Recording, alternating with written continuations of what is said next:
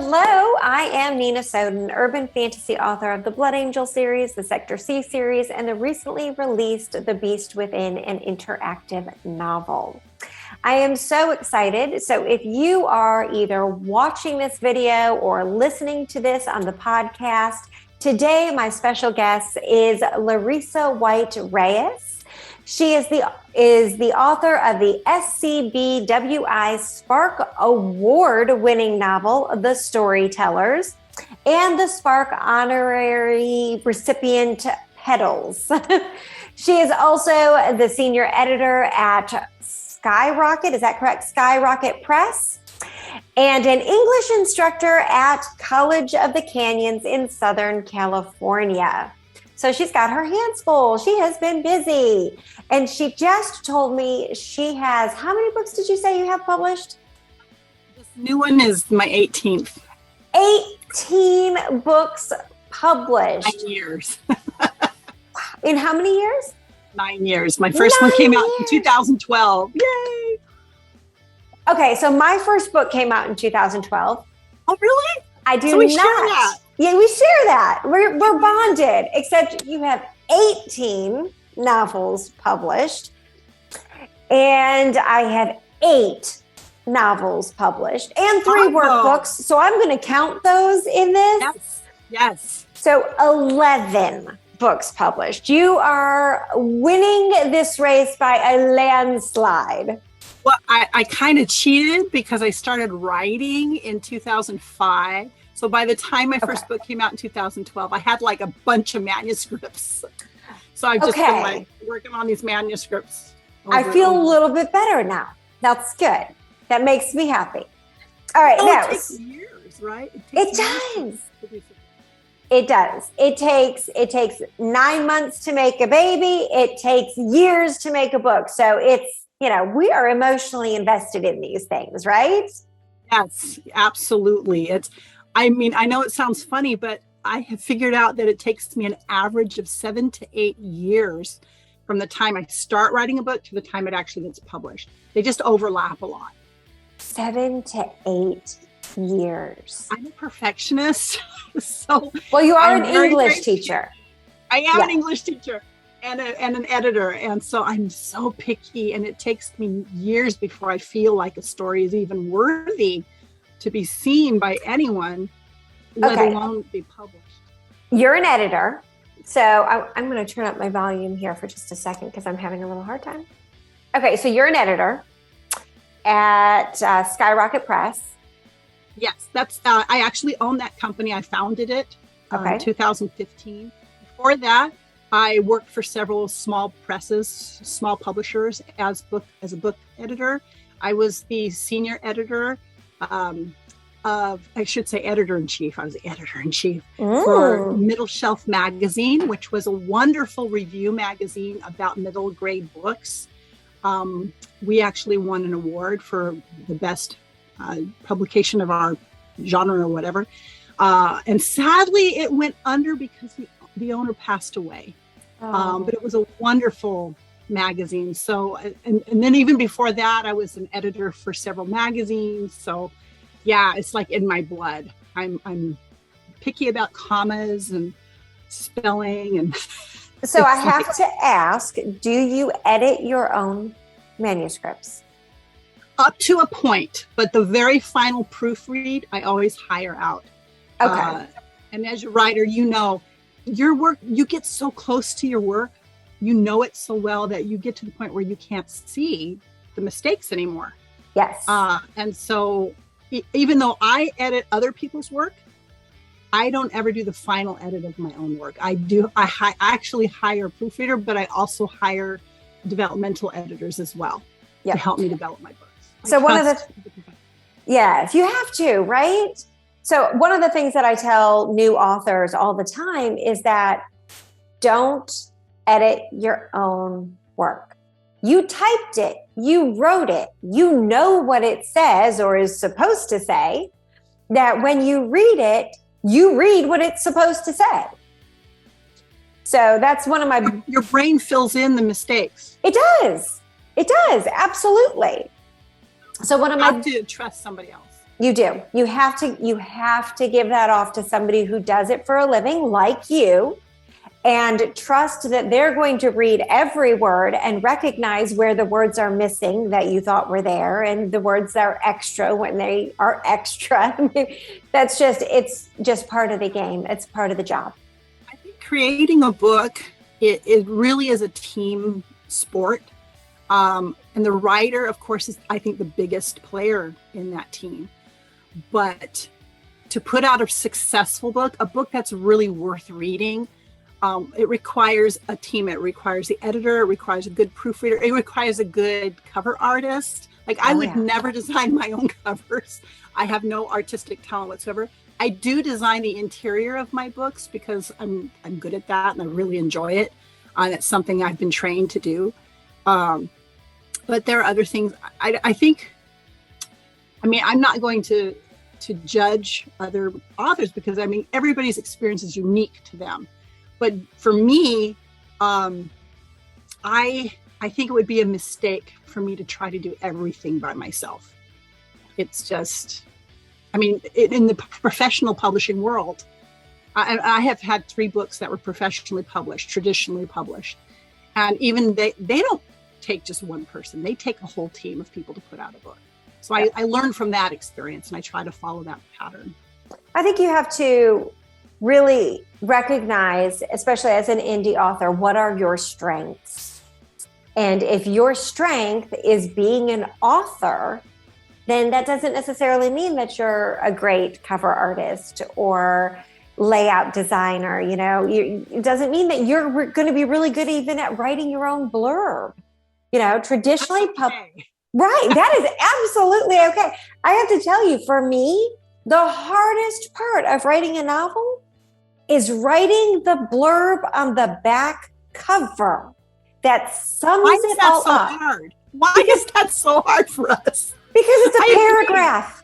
It's a paragraph. And we as authors like to take 50,000 plus words to write a story, not, 4 to 5 sentences. It's hard. Very hard. In fact, I've often joked that I could never write a picture book because I am too long-winded.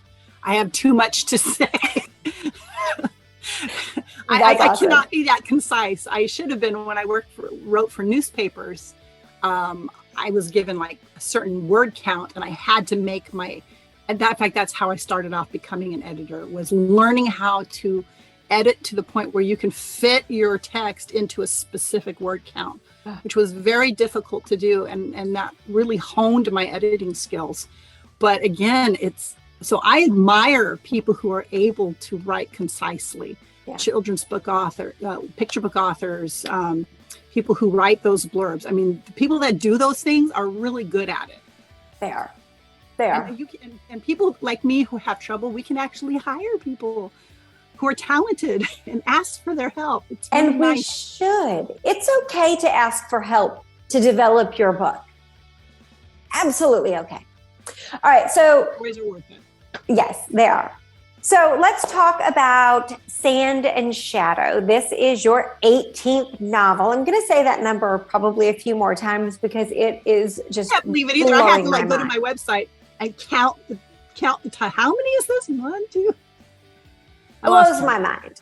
All right. So Sand and Shadow, this is your latest work. It came out earlier this month, September 6th. So just 11 days ago. You self-published this one, correct? Through my publishing company. Okay. And how did that launch go? Well, not as well as I'd hoped. Being an indie author, I think most indie authors know it takes a lot of work marketing, promoting to make a successful launch. And it's not a one day thing. It's an ongoing process. So my book is still in the process of being toured. And it's still coming. The reviews are still coming in. I'm very happy because the reviews are very positive. Good. In fact, honestly, the reviews were better than I had hoped for. So that gives me some confidence that the book has some legs. So I think I'll have to I mean, obviously it's selling, but I have to wait, give it a few months to kind of be able to judge, was this successful? Was this not successful? But the interesting thing is that some of my books that published several years ago are still selling, still collecting reviews. So, and I think that's a different thing, a different experience for those of us who are indie authors, is that our books have a long lifespan. While a lot of times, too many books that come out of the traditional publishing world have a very short lifespan. The launch is like really fast as the first few months of sales, and then the publishing house turns its attention elsewhere. Well, we can keep our focus on our books for years. Yeah. So that's my goal. My long-term goal is just to keep on going and have a successful author career for the next decade, I hope. That's awesome. But I do like this book. I have to say, I've read it several times. Yeah. And I'm pleased with how it turned out. I wasn't sure that's what, it took me 8 years before I actually felt comfortable getting it published. I didn't think it was ready. I didn't think it was worthy. I kept tweaking it. I kept rewriting it, kept tearing it apart. And finally I reached a point where I said, you know what, it's done. I'm done. I'm going to publish this book. And I think it turned out good. It's a horror novel. Okay. It's a story I've been thinking about for 30 years. I started writing it in 2012. Yeah, and the idea started when I was a teenager. As a kid, I used to watch this movie called Forbidden Planet. I don't know if you've heard of it. Forbidden Planet was a 50s B sci-fi movie. If you watch it today, it's really, really hokey. Leslie Nielsen was in that movie, not as a comedian. Okay. And it's the story of these astronauts that go to a planet to rescue a scientist and his daughter who are trapped there. And this invisible monster is attacking and killing people. And they have to figure out what this monster is and why it's attacking them. Well, I won't tell you the plot of the story, but I loved that movie as a kid, and it just rolled around in my head for decades. And I thought, I really want to write a contemporary science fiction novel with a similar premise, but that would appeal to today's readers. So the premise is similar to Forbidden Planet. There are astronauts that land on this planet. There's a huge backstory. They're actually sent from Earth to repopulate a planet. And they get attacked by an invisible monster. And they have to figure it out. And I'll just give a hint that it has everything to do with the human psyche. Oh. Like, what are our brains capable of? Okay. So it's a sci-fi / horror movie. I think you said, or somebody told me recently, that they compared it to The Martian meets Alien. That's a good description. Sounds kind of like a psychological horror, potentially. Okay. So that sounds very interesting. And I love the fact that you have a deep-seated reference from your childhood that has inspired this novel, you said 30 years later, which is so amazing to me. I absolutely love that. You are obviously connected to the story in so many ways, I'm sure. So go ahead, and if you can, read us the blurb, that amazingly hard thing to write on the back of the cover of the book for Sand and Shadow. All right. 7 survivors, 1 monster, nowhere to hide. Mission specialist Adon Fuentes awakes from cryo-hibernation to discover that most of his fellow crewmates are dead, and the shuttle Carpathia is not where it's supposed to be. Surrounded by a vast, barren landscape, he and the other survivors wonder how they can accomplish their mission to establish a home for future colonists. When an unseen creature attacks them, the Carpathia's crew must turn their attention to surviving and solving the true purpose behind their mission. And then I go on and say, inspired by 50s sci-fi flick Forbidden Planet, Sand and Shadow plumbs the depths of the human psyche and the power of its influence. As the Carpathia's crew's secrets and flaws are revealed, readers may find themselves compelled to examine their own dark places. Very cool. So I can imagine that as a movie, and as a producer be thinking, an invisible monster. Okay, that's easy to film.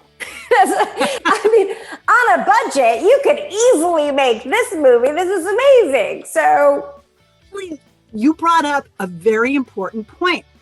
In the original Forbidden Planet, this invisible monster, this massive invisible monster, you can see the monster because when it steps up the metal steps to the space station, the steps collapse under its feet. And then there's this scene where they're attacking it with laser guns. Of course, again, if you watch it today, it looks really, really bad. But they're shooting it with its laser guns, and the lasers create this outline of the monster. So you actually see the monster through the lasers. I thought, how did I pull that off in my novel? I don't want to copy what they did. It's not the same story. Right. It's just the same idea. Yep. The characters are different, the plot's different, and I didn't want to recreate that same scene. So I do have a scene at the end. They're on a planet that's nothing but desert. So sand and shadow. So imagine a sandstorm with this monster in it. What would you see? What would you visualize? Oh yeah, So, you would almost see the monster as the sand rushes up and hits him, and it outlines its shape. I mean, I tried to create something. It's not quite the same, but anyway, it was fun to write. That's all I'll say. That puts the visual in my head of I don't remember which. I'm terrible at remembering names and all this stuff, but. The movie, I think it was a Spider-Man movie with that guy that comes out of the rock, the sand, Yes. And it just kind of builds up. I can imagine the sand just kind of scooping up into his form and stuff. And that's what that kind of puts into my head, is that visualization. So that sounds so cool. And I'm sure as your readers read the story, they can envision it in their head like a movie. For me, I write. Everything is visual in my head. So when I'm writing a story from the beginning credits to the end credits. Feels like a movie in your head, doesn't it? It does. And the characters, whenever I write a story, and maybe you've had similar experience, I've tried to explain this to my kids, that when I start off with an idea and I start off with characters, and as I write, there's a certain point when you're writing the rough draft when the characters in the story take on a life of their own. And suddenly it's not your story anymore. Yeah. It's not my ideas. It's as if they exist outside of me, and all I'm doing is transcribing what I'm seeing or experiencing. It's almost like I'm a conduit. I know that sounds bizarre. Anyone who's not a writer probably wouldn't understand that, but it feels like I'm just a conduit to the story and to those characters, giving those characters life. Yeah. It's an amazing experience. Oh no, absolutely. And I tell my husband and my kids that it's like the characters are talking to me. They're telling me where they want their story to go. And if I veer off course, that's when I kind of get stuck and go, and they have to get me back on track. So I absolutely get that. I absolutely understand that feeling. So I want to go back to talk a little bit more about your launch. What did you do to promote Sand and Shadow? What have you done pre-September 6th and until now? So what I did was I have several, two in particular. I usually use three, but at this time I chose only two. Online book tours that I've been working with for years and years. They're, is it okay if I mention who they are? Yes, absolutely, please. One is Silver Dagger, and the other one is Reads and Reels. They're both superb book launch. They connect with online book bloggers, and that's where I get the bulk of my reviewers are from these two book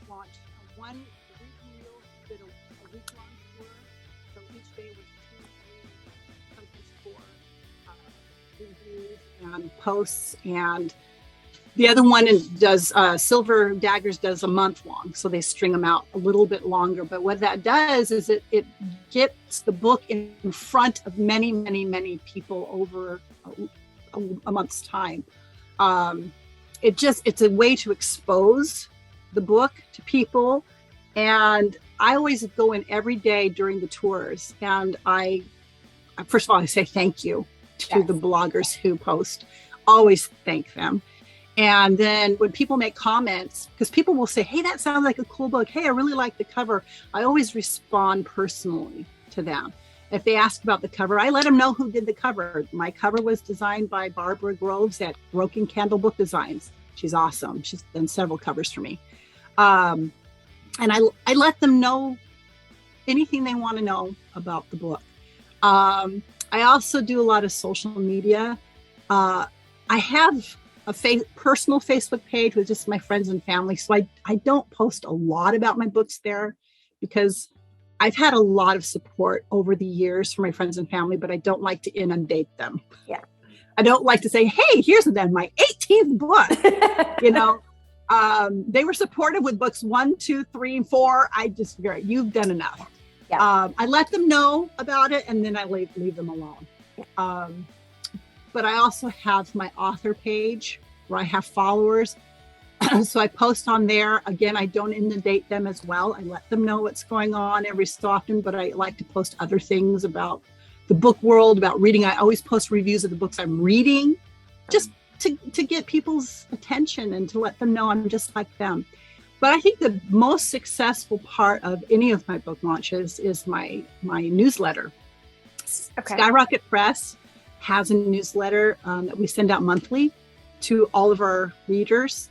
And the newsletter is not 100% about our books or about my books.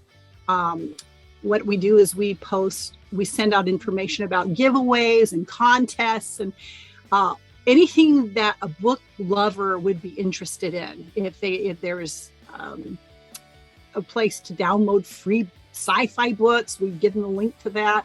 If there's a contest where they can enter to win a $50 gift card on this blog, we give them lots of information and lots of books to hopefully add to their to be read lists. And then we include information about 1 or 2 of our books every month, usually a title that's on sale. And then I will send out announcements about our new releases. And I sent out an announcement about Sand and Shadow, give them a heads up that it's coming. I do a cover reveal a couple months earlier, give them excerpts, get them excited about it. But I treat my books like I would any of the other titles of Skyrocket Press, because Skyrocket Press I don't just publish my own books. Okay. It was never intended to be a publishing house just for me. I publish other people's books as well. In fact, if I could put a plug for a title that's coming out in November, we have a contest every year, and the first year our winner was The Fergus by Tori Grant Wellhouse, which is a fabulous YA young adult Scottish fantasy novel. And it's absolutely wonderful. And then our second winner is a memoir by, oh my gosh, the author's name just slipped my mind. It'll come to me in a second. But it's called A Sacred Duty. Okay. And the author is a veteran of the Gulf War. And she worked for the VA hospital in Phoenix, and she was a whistleblower for a major national case. Wow. That uncovered a huge conspiracy that was leading to the deaths of veterans because of extended wait times seeing doctors. And she was instrumental in bringing an end to that. So we're publishing her memoir, and that's coming out on Veterans Day, November 11th. Very excited about that. That is awesome. Congratulations to her. That is amazing. And to you guys for getting that book. So that's awesome. We're a very small press, very small. We only publish about 3 or 4 books a year. But I like it that way because I only choose the books that I love to publish, not just mine, but other stories deserve to be told as well. Absolutely. And I commend you for doing that because it's not an easy task to take on and it's time consuming. And being an author, being a publisher, it's not like it pays the big bucks. No, my paycheck comes from teaching college and I only work part-time doing that. But I'm also a mom, first and foremost. I've raised my 5 kids. I homeschooled all my kids. I'm down to my one last child at home. And everybody used to ask me, how in the world do you write so much with 5 children? I'm like, I write because I have 5 children. Isn't that right? Yeah. They're my inspiration and it keeps me sane.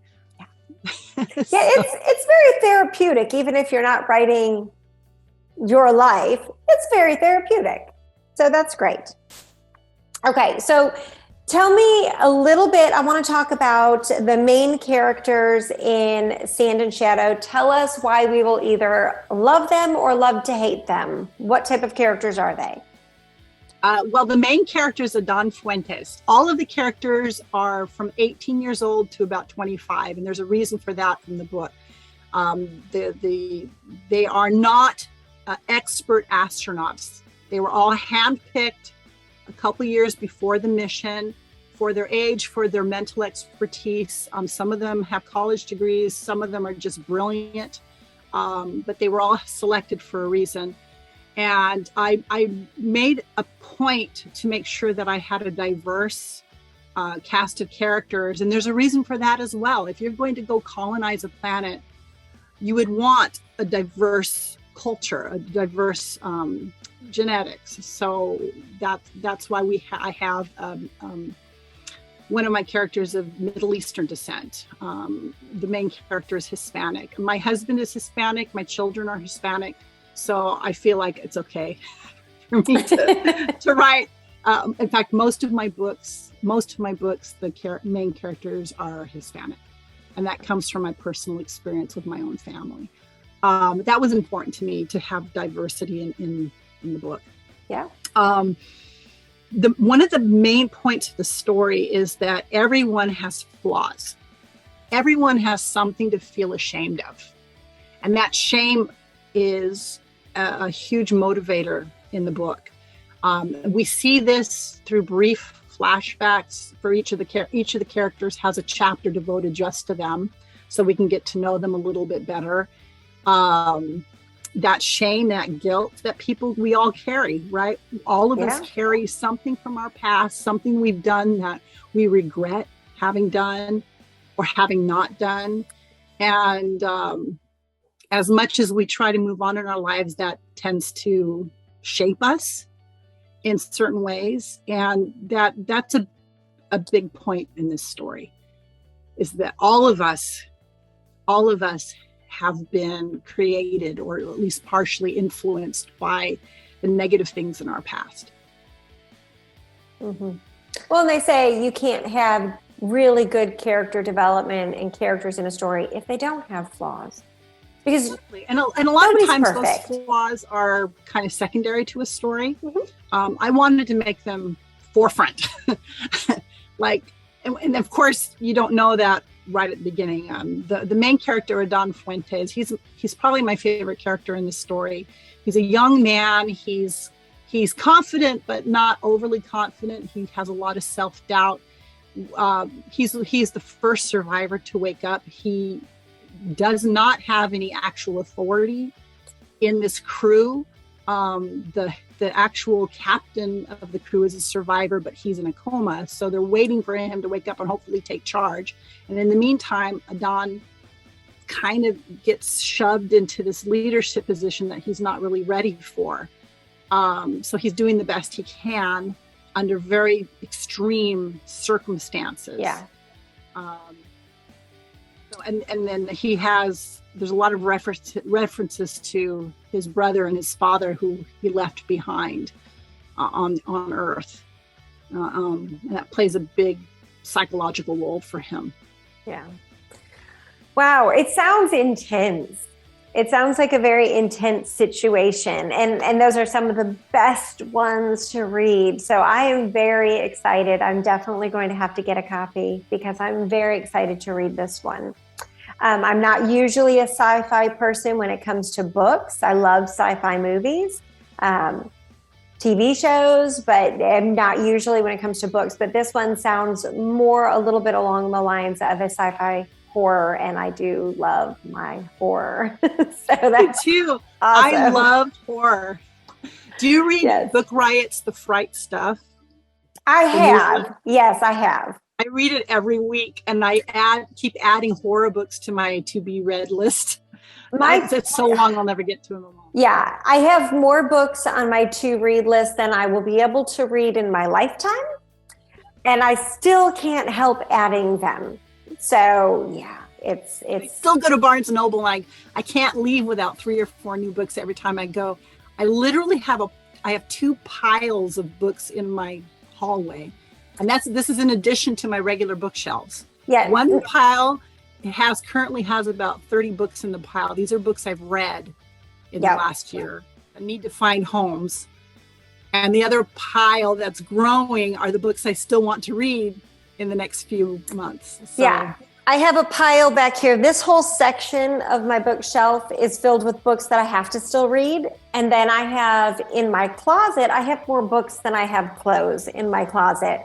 And they are all the books that I either have already read or are behind these ones in line.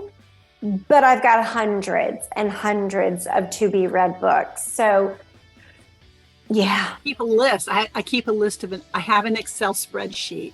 Yeah. This is before Goodreads. I was before Goodreads. I started an Excel spreadsheet in 2006 of all the books that I read. It's color coded by genre. I star them. I rate them. If it was an audio book, I italicize the title. It's really bad. It's really, really sad. But it's important, I guess, as a book lover, I have to keep track of everything I read because I want to remember my stories. It's well, I think important. Yes, and as authors, it's important to constantly be reading, not just in our own genre, but in every genre. Every genre. I tell that to people too. A lot of young new authors often ask me for advice, and I give them 2 pieces of advice right off the bat. Number 1, don't edit what you write during the first draft. Never go back. Just keep going forward till you get to the end. And the second piece of advice is read everything. Just, you should be reading more than you're writing, because that's how you learn to be a good writer, is by enjoying and literally studying other people's work. I remember when I was working on my first fantasy novel, it was a middle grade fantasy novel. I wanted to write from multiple points of view, which back then I was told was a no-no for middle grade book. And I thought, no, I'm going to do it. I love that. And I learned how to write from multiple points of view successfully from Dan Brown's books, Angels and Demons, and his more popular books. But I read his books, and I literally studied, how does he switch from one point of view to another? How does he end his scenes? Because when you read a scene of his, you have to turn the page. You have to keep reading. It drives you crazy. Yeah. And I wanted to write like that. So. Yeah. No, that's awesome. That is awesome. Well, is there anything that we have not yet talked about that you want to talk about? I do end all of my interviews with a hot seat questionnaire. So if there's nothing we haven't talked about, we'll jump into that. How does that sound? Sounds fun. Okay. So this is a 10-question questionnaire. If you've ever seen the James Lipton Inside the Actors Studio. I'm not. Oh, fantastic. This will be fun for me then. All right. So no explanations. The first answer that comes to your mind, that's what we're going for. And then we'll just go boom, boom, boom, boom, boom. All right. Number 1, what is your favorite word?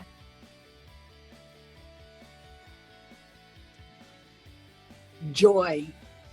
What is your least favorite word? What was it? Cat. Okay. And apostrophe T. Yep. My least favorite word. What turns you on? Chocolate. I love chocolate. Okay, that's the truth. That's awesome. What turns you off? Oh, heat. Okay. What sound or noise do you love? My children. Any noise my children make. What sound or noise do you hate? Snoring. I love my children's noises. I hate my husband's noises. Okay. What is your favorite curse word? I have to skip that question because I don't claim to be perfect, but I do try very hard to teach my children not to use swear words. So. Okay, that's fine. What profession other than your own would you like to attempt? Oh, I want to be a Broadway star. Ooh, fantastic. My next life, I'll be a Broadway star. Okay. A diva. What profession would you not want to do?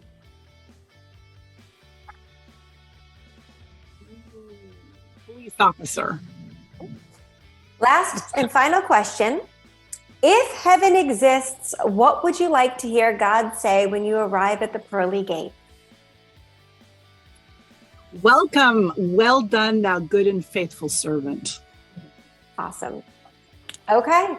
That is the end of today's interview. Thank you so much for joining me. So much fun. I really appreciate it. I love it. So glad to have you on. For all of you who are either watching this video or are listening on the podcast, make sure you check out Sand and Shadow. It is available right now online. So I will share a link in the description to this video or the description of this podcast with where you can pick up your own copy. So make sure you click that link and get your copy. Thank you so much. And everybody, have a great day and keep on reading.